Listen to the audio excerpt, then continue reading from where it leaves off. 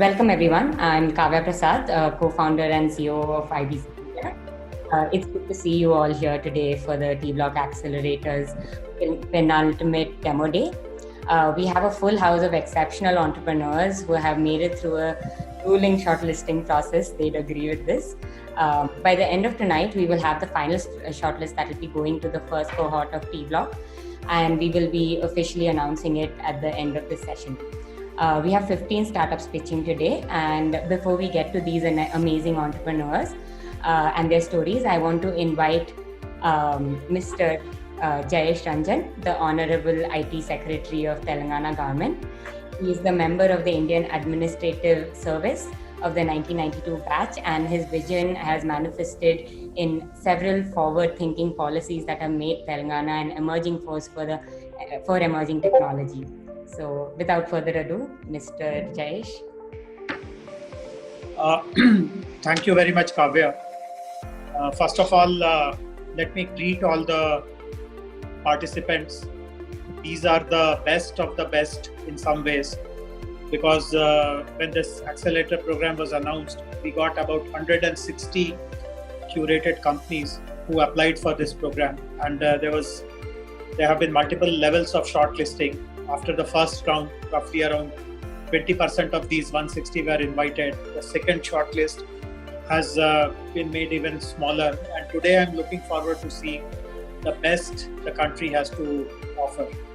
I'm also very happy to see some very reputed global players joining the initiative, and I'm very grateful that the T-Block Accelerator program, initiated by the founding members of the Blockchain District, the Telangana government, Tech Mahindra, IBC, they have been able to put together a very distinguished panel and partners, panel members for the jury, that is, they are from, of course, from India, but also people from the US, Europe. We have representatives from the Crypto Valley Labs from Switzerland, from UNICEF Innovation Fund, from Matic Network, from Tezos, Settlement, Harmony, Eternity, R3 Corda. So welcome friends, and thanks very much for your presence and for your efforts to unearth the best blockchain companies in India.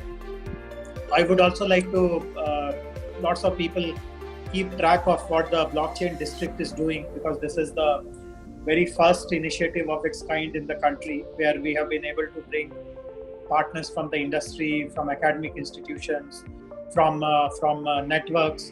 And the whole aim is to invest in research and innovation, to develop a talent pool, to build local communities, and of course to support startups. And this demo day is basically a very important milestone in our effort to support the startups. So I would like to speak about two new initiatives which are exciting. And tomorrow, when you are chosen in the cohort and become a part of the Blockchain District, these two new things which have happened perhaps may be of interest to you. So the first one is that the Blockchain District has become an associate member of a global alliance which is called the Inter-Berk Alliance, IWA. So IWA is a global alliance which is dedicated to develop standards for building distributed applications, including appropriate frameworks for tokenizing items of value, writing contracts over those tokens, and privacy preserving analytics of multi-party data. So this obviously provides opportunities across use cases such as global supply chain, sustainability, healthcare, and large-scale adoption of blockchain technologies in different public sectors is possible. One of the first projects which IWA has taken is what is called the carbon emission token. You must be familiar, some of you must be familiar. So by partnering with IWA, the blockchain district, our blockchain district that is, straight away will get access to the ongoing work related to CET, and of course lots of future work which will be done. The other good thing is another very interesting network with whom we have associated ourselves is the DLT consortium. As you would know, the decentralized ledger technology, the DLT consortium, is for globally recognized blockchain certification programs. And some of the leading universities, largely from Europe, like Lucerne, like UCL, University College of London's Center for Blockchain Technology. In Frankfurt, we have a Frankfurt School of Blockchain Center, University of Nicosia. So we ourselves also have become a part of this interesting global capacity building effort. So again, as I said, those of you, I'm sure all 15 of you have many interesting things to offer. I was told by my colleague Rama Devi that you are into agriculture, tracing, in securing certificates, in blood bank monitoring, remittance solutions, quality assaying, health claim settlements, agri-marketplace, supply chain, automation of invoice verification flow. All these are definitely very, very important areas, very relevant areas. In this COVID scenario, I cannot emphasize the importance of digital solutions to bring efficiencies and also the kind of safety and security concerns that we have in the pandemic context. All these definitely will be very, very important solutions.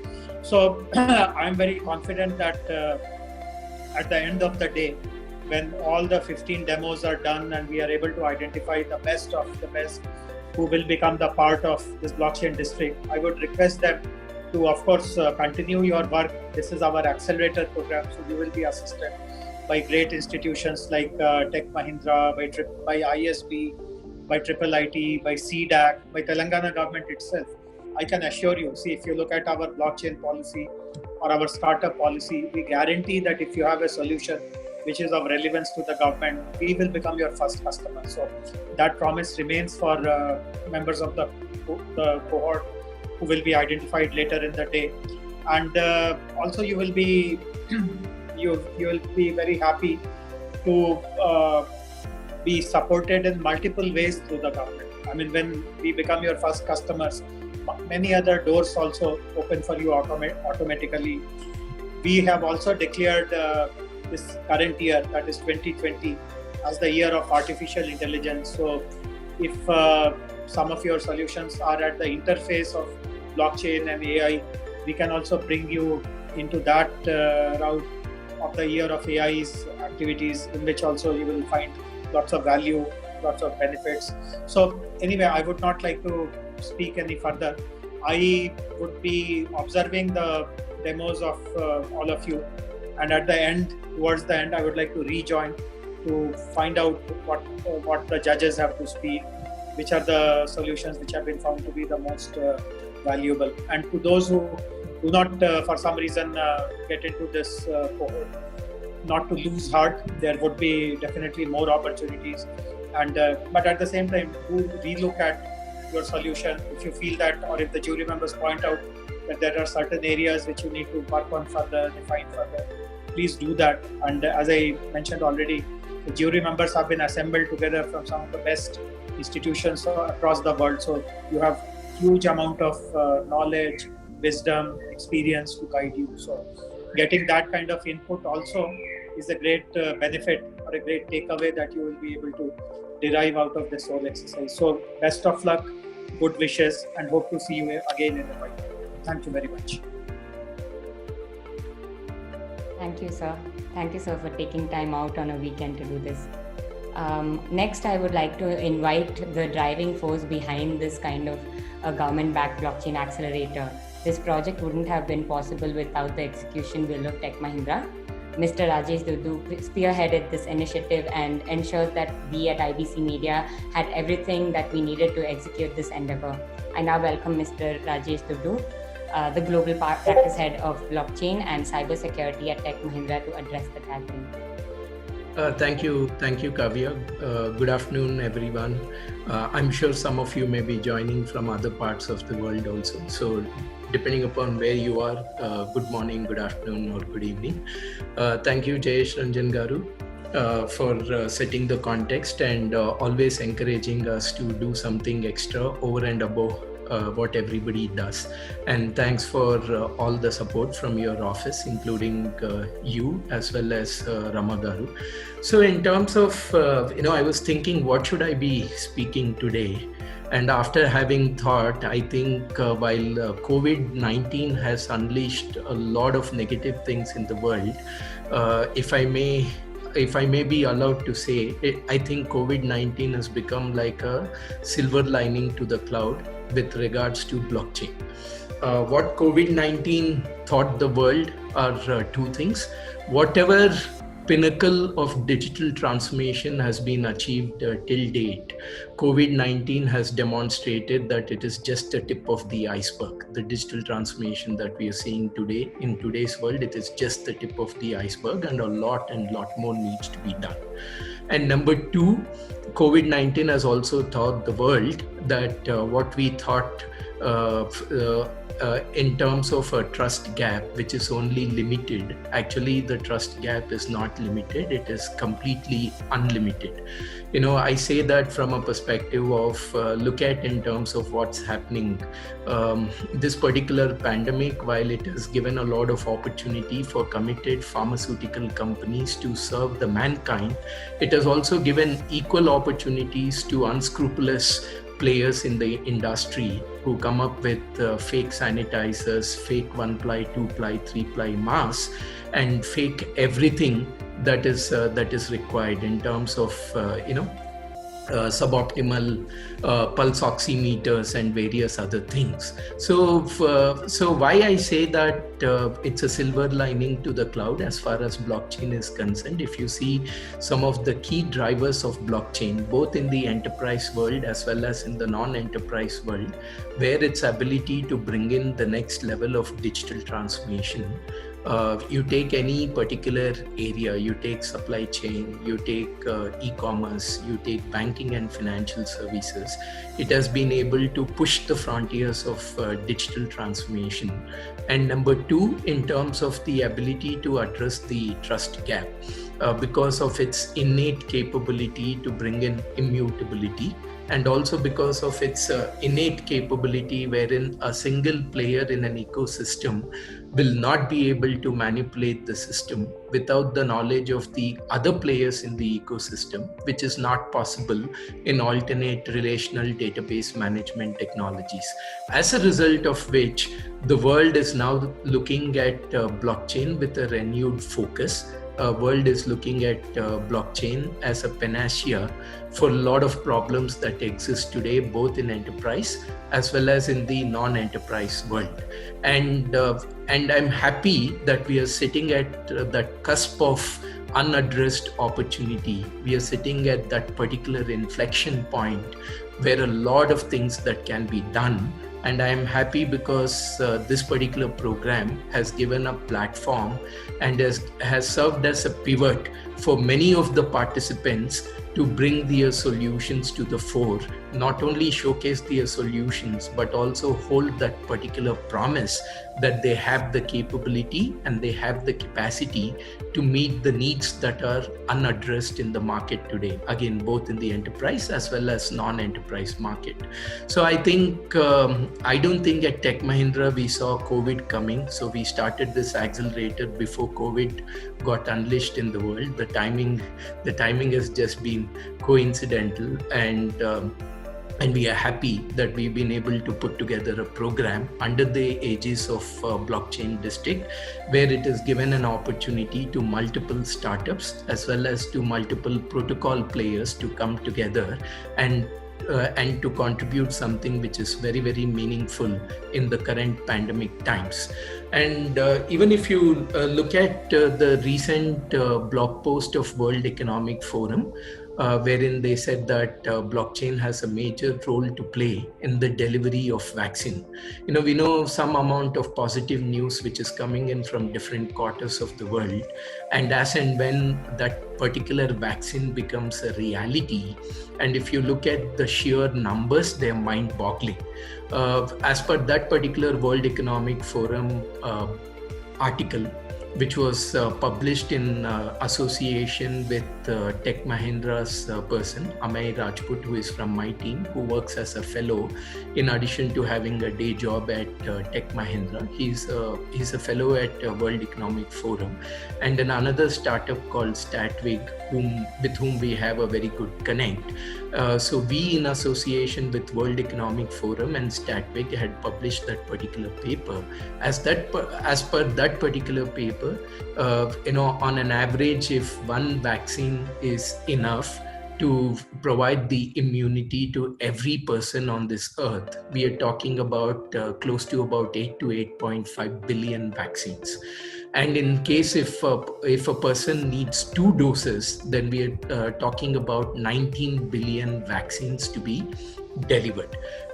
This number has been arrived at after taking into consideration, the losses in transit and various other things. So now, to look at a number of about 19 billion vaccines to be delivered to people across the face of this earth, and also to bring in trackability, to bring in traceability, there is only one technology today which can fulfill that role, and that particular technology, as per that paper, is blockchain. So now imagine in terms of imagine the potential of blockchain to address the problems that are there. So from that perspective, as I said before, this particular initiative is timely, and this particular platform also gives a very good opportunity to all the participants, the startup companies, as well as the protocol players, to come together and then offer their capabilities and offerings to the marketplace, and not only fulfill the need in the state of Telangana, not only fulfill the need in the country of India, not only fulfill the need in the continent of Asia, but fulfill the global need.